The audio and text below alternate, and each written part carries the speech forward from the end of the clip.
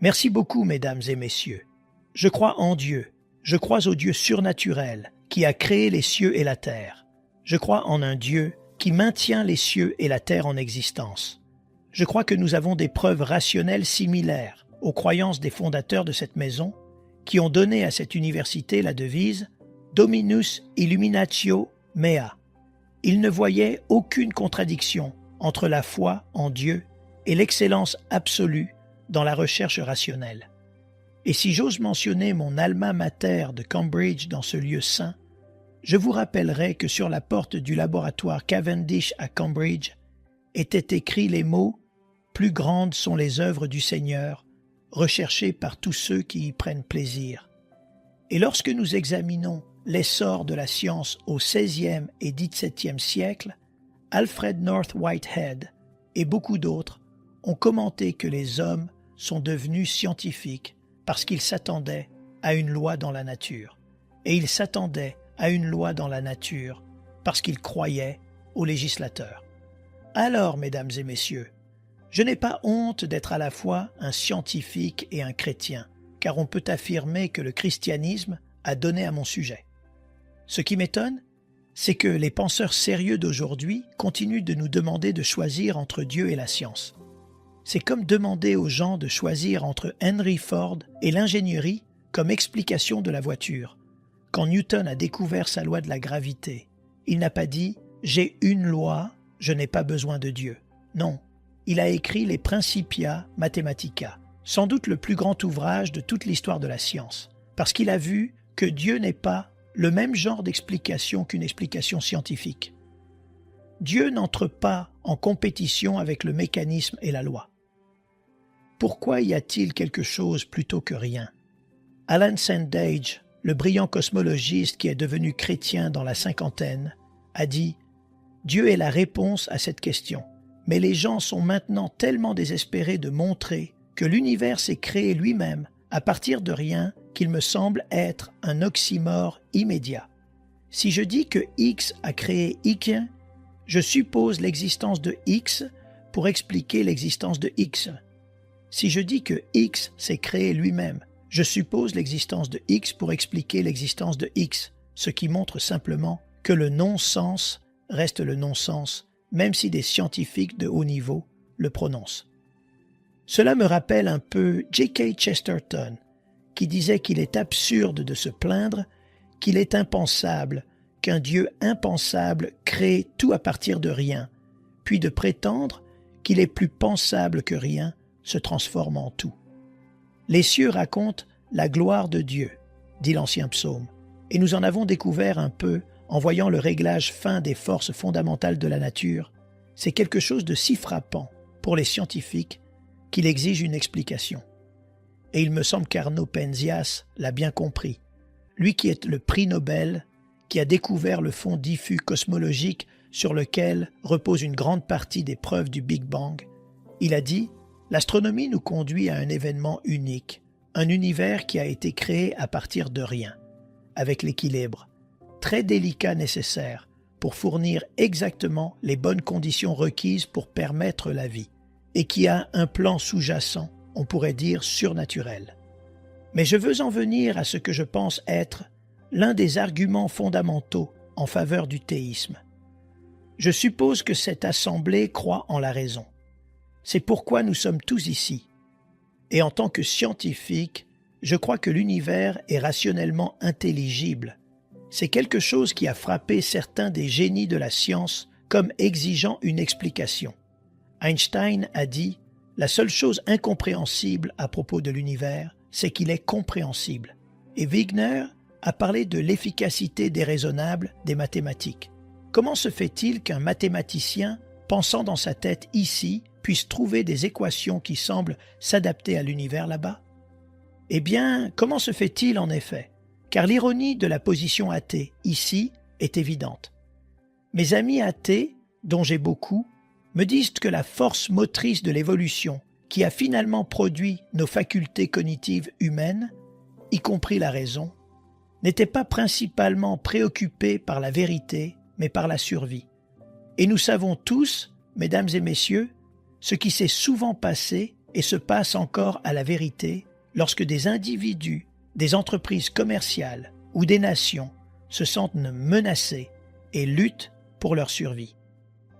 L'éminent philosophe Alvin Plantinga dit des athées que s'ils ont raison, que nous sommes le produit de processus naturels aveugles et non guidés, alors ils ont donné une forte raison de douter de la fiabilité des facultés cognitives humaines et donc inévitablement de douter de la validité de toute croyance qu'elles produisent, y compris leur athéisme. Leur biologie et leur croyance au naturalisme sembleraient donc être en guerre l'une avec l'autre dans un conflit qui n'a rien à voir avec Dieu. Pourtant, mes amis athées insistent toujours sur le fait qu'il est rationnel pour eux de croire que l'évolution de la raison humaine n'avait pas pour but de découvrir la vérité. Et pourtant, il est irrationnel pour moi de croire que la raison humaine a été conçue et créée par Dieu pour nous permettre de comprendre et de croire la vérité. Curieuse logique. Par contraste avec cela, le théisme biblique affirme que la réalité ultime est personnelle et intelligente, que la raison pour laquelle la science fonctionne, et c'était la force motrice qui a poussé les grands pionniers de la science, et que l'univers extérieur et l'esprit humain ici qui fait la science sont finalement le produit du même esprit divin intelligent. Les êtres humains sont faits, nous dit-on, à l'image de Dieu, et cela signifie que la science peut être faite. Cela a infiniment plus de sens pour moi en tant que scientifique que l'athéisme. Permettez-moi maintenant d'en venir brièvement à l'éthique. Le comportement éthique, comme le comportement rationnel, ne nécessite bien sûr pas en soi une croyance religieuse. Ceci est cohérent avec le fait que les humains sont créés à l'image de Dieu en tant que personnes rationnelles et morales. Mais tout comme je suggère que la rationalité ne peut s'expliquer sans l'existence de Dieu, j'ose suggérer que l'existence de la moralité ne peut pas non plus s'expliquer. De même que la science moderne est issue de sources judéo-chrétiennes, le concept d'égalité humaine l'est aussi. Écoutez un athée, Jürgen Habermas, sans doute l'un des principaux intellectuels allemands, il a dit que l'égalitarisme universaliste, d'où sont nés les idéaux de liberté et de vie collective et de solidarité, la moralité individuelle de conscience, les droits de l'homme et la démocratie, est l'héritage direct de l'éthique judaïque de la justice, de l'éthique chrétienne de l'amour. Cet héritage, pratiquement inchangé, a fait l'objet d'une appropriation critique continuelle et d'une réinterprétation jusqu'à ce jour. Il n'y a pas d'alternative. Tout le reste n'est que vain bavardage postmoderne. Et il me semble qu'il touche au cœur de quelque chose d'important, car la valeur d'un être humain sur laquelle repose l'égalitarisme n'est pas basée sur ce que l'être humain peut faire, mais sur ce dont il est fait, sur la façon dont il est fait à l'image de Dieu. Je n'oublierai jamais avoir parlé, lors d'une de mes nombreuses visites en Russie, à un collègue de l'Académie des sciences. Et il m'a dit, « Vous savez, John, nous avons pensé que nous pouvions abolir Dieu et conserver une valeur pour les êtres humains. Nous avons découvert que nous ne pouvions pas, et nous en avons assassiné des millions. » Et Alexandre Solzhenitsyn a dit, « Si on me demande pourquoi 60 millions de mes compatriotes ont été sacrifiés, la réponse est que nous avons oublié Dieu. » La science, bien sûr, aussi merveilleuse soit-elle, est limitée. Même un prix Nobel comme Polycarpe Cuche ne peut pas vous dire pourquoi il a été fait, mais tante Mathilda, qui l'a fait, continue à pouvoir vous le révéler. Mais si elle ne vous le révèle pas, vous ne le saurez jamais. Et cela m'amène à ma prochaine preuve. C'est la même chose avec l'univers. Nous pouvons l'analyser magnifiquement, mais finalement, s'il a un créateur, et je crois qu'il en a un, lui seul peut nous dire de quoi il s'agit. Et il l'a fait dans le puissant récit de la Bible, en particulier dans son analyse du problème de l'humanité, non seulement en termes de rupture comportementale entre les gens, mais de rupture verticale, de confiance entre nous et le Créateur. La solution unique à ce problème n'est pas simplement en termes de développement éthique humain, bien que cela soit très important, mais en termes de quelque chose de beaucoup plus profond. La restauration de la relation brisée avec Dieu à travers le salut qu'il a apporté par Jésus-Christ. Une relation radicale qui nous donne le pouvoir de vivre de manière éthique à partir de Dieu. Et ici, nous atteignons ce qui est pour moi la principale preuve, non seulement de l'existence, mais de la nature de Dieu. C'est Jésus-Christ. C'est lui qui non seulement a enseigné la règle d'or, mais l'a incarnée. Il a nourri les affamés, guéri les malades et les souffrants, accueilli les exclus de la société, apporté honneur et respect aux marginalisés et aux honteux, et il a apporté le pardon et la paix à des millions de personnes dans le monde. Il est capable de le faire, bien sûr, parce que, bien qu'il fût un homme, il n'a jamais été uniquement un homme, mais Dieu devenu humain. La preuve centrale de cette affirmation étonnante est bien sûr sa résurrection historique d'entre les morts, qui a lancé le christianisme dans le monde. C'est bien sûr, mesdames et messieurs, une question cruciale. Si Jésus est ressuscité d'entre les morts, la mort n'est pas la fin et l'athéisme est faux. Si Jésus n'est pas ressuscité d'entre les morts, le christianisme est faux. Et je me souviens qu'à Cambridge, en tant qu'étudiant, j'ai écouté le brillant Sir Norman Anderson, un expert juridique, passer en revue de manière médico-légale les preuves de son point de vue juridique en tant que brillant avocat. Et il a dit à la fin que le tombeau vide de Jésus forme un véritable rocher sur lequel toutes les théories rationalistes de la résurrection se brisent en vain. Enfin, maintenant, quand je lis la Bible, je ne trouve pas seulement une satisfaction intellectuelle, mais j'en trouve beaucoup. Je sens la voix de Dieu qui me parle.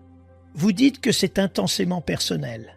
Mais mesdames et messieurs, on nous a demandé ce soir de croire en Dieu, et je tiens à souligner fortement que Dieu n'est pas une théorie, c'est une personne. Et si mon origine en tant que personne est un Dieu personnel, alors la chose la plus excitante est vraiment: y a-t-il une possibilité d'apprendre à connaître Dieu? Et donc, je ne crois pas simplement qu'il y a un Dieu. J'en suis venu à le connaître et à lui faire confiance. Et j'ai de fortes raisons de le faire à cause du Christ qui est mort et ressuscité pour moi. Et cela a généré en moi un sentiment de pardon, d'acceptation et de paix totalement immérité qui m'a permis de faire face au côté laid de ma propre nature et, avec l'aide de Dieu, d'y faire quelque chose. Mais cela m'a permis d'affronter quelque chose d'autre. Le problème le plus difficile auquel je suis confronté en tant que chrétien est le problème du mal et de la douleur. Ma meilleure amie qui a une tumeur à 22 ans qui la tue. Que dis-je à ma sœur? Et c'est le problème le plus difficile auquel nous sommes confrontés. Mais il me semble que l'athéisme n'a ici aucune réponse, parce que, par définition, l'athéisme croit que la mort humaine est la fin, donc il n'y a pas d'espoir ultime. Mais voyez-vous, mesdames et messieurs, nous pourrions rester ici jusqu'à minuit et au-delà à discuter, comme cela a été fait dans cette université pendant des siècles, de ce qu'un Dieu bon devrait, pourrait, s'il le pouvait, peut-être juste, pas fait, et nous n'arrivons à rien. Il me semble donc qu'il y a une autre question que nous pouvons poser, et c'est celle-ci. Étant donné que la vie nous présente un double tableau, nous voyons de belles choses, nous voyons des bords déchiquetés, nous voyons de la douleur et de la souffrance, et nous voyons de la joie. Comment pouvons-nous nous en accommoder? Et il me semble qu'il n'y a pas de réponse simpliste, mais une fenêtre sur une réponse, et c'est ceci. S'il est effectivement vrai que Jésus est, comme je le crois, le Fils de Dieu, alors nous pouvons poser la question: que fait Dieu sur une croix? Et la réponse revient qu'au moins, Dieu n'est pas resté distant de notre souffrance humaine, mais en est devenu une partie. Et l'autre aspect est le suivant. Parce que Jésus est ressuscité des morts, il va être le juge ultime. Il y a une ironie ici, car l'athéisme n'a pas d'espoir ultime de justice par définition. La grande majorité des gens dans l'histoire du monde sont morts sans justice et mourront sans justice. Et si la mort est la fin, alors bien sûr, ils n'ont aucun espoir de justice. Mais la promesse dans le Nouveau Testament, garantie par la résurrection de Jésus, est qu'il doit être le juge au jour à venir. Alors, mesdames et messieurs, ce sont quelques-unes des raisons pour lesquelles je crois que Dieu est réel et digne de confiance. Merci. Nous aimerions vous donner l'opportunité de faire de Jésus le Seigneur de votre vie. Voulez-vous bien prier avec moi? Dites: Seigneur Jésus, je me repens de mes péchés. Viens dans mon cœur. Je fais de toi mon Seigneur et Sauveur. Et merci Seigneur pour le baptême du Saint-Esprit en moi. Dans le nom de Jésus. Par cette simple prière, nous croyons que le Saint-Esprit vous conduit sur le chemin de la nouvelle naissance. Allez dans une bonne église dont le fondement est la parole de Dieu, passez par les eaux du baptême et donnez à Dieu la première place. Nous espérons de tout cœur que ce message vous encouragera. Si vous connaissez quelqu'un qui puisse être encouragé, s'il vous plaît, envoyez-le lui pour nous aider à atteindre plus de gens et à propager l'Évangile. Édifions le corps de Christ ensemble. Appuyez sur la cloche des notifications et merci infiniment de nous soutenir en vous abonnant à notre chaîne. N'hésitez pas à laisser vos requêtes de prière dans la section des commentaires. Sachez que même si vous ne voyez pas de réponse à votre requête, que ce soit sur YouTube, email, Facebook ou sur Messenger, nous avons prié pour vous. Nous invitons humblement le corps de Christ à soutenir chaque requête en écrivant une prière dans la section commentaires. Tenez-vous ferme dans la foi avec nous pendant que nous prions.